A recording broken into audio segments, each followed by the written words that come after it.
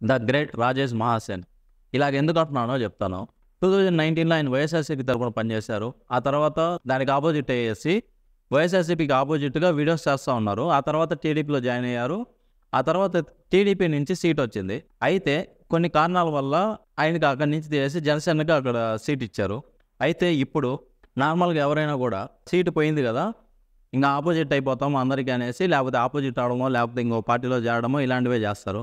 కానీ ఆయన వర్గాన్ని బలపరుచుకునేసి మేము పోటీ చేస్తాం. వీలైతే 175కి 170 స్థానాల్లో పోటీ చేస్తాం అనేసి చెప్తా ఉన్నారు. అది నాకు తెలిసి చాలా గ్రేట్. అంటే ఆయనకు ఓట్లు పడవు నాకు తెలిసైతే. అంటే మోస్ట్ ఆఫ్ ద ప్లేసెస్‌లో ఆయనకైతే ఓట్లు పడవు. ఒకవేళ చాలా తక్కువ ప్లేసుల్లో ఆయనకి ఓట్లు పడినా కూడా గెలిచే ఛాన్సెస్ 1% మాత్రమే ఉంటుంది. అంటే ఎక్కడ కూడా గెలవరనేసి నేను అనుకుంటా ఉన్నాను. కానీ పోటీ చేయడం అనేది చాలా గ్రేట్. ఎవరికైనా పోటీ చేసే రైట్ ఉంది మన భారతదేశంలో. అలాంటి డిసిషన్ ఆయన తీసుకోవడం, 2 పెద్ద పార్టీలకు ఆపోజిట్‌గా ఆయన ఎళ్ళడం చాలా గ్రేట్. ఆయన గురించి మీకేమనిపిస్తుందో కామెంట్ చేయండి. Thank you.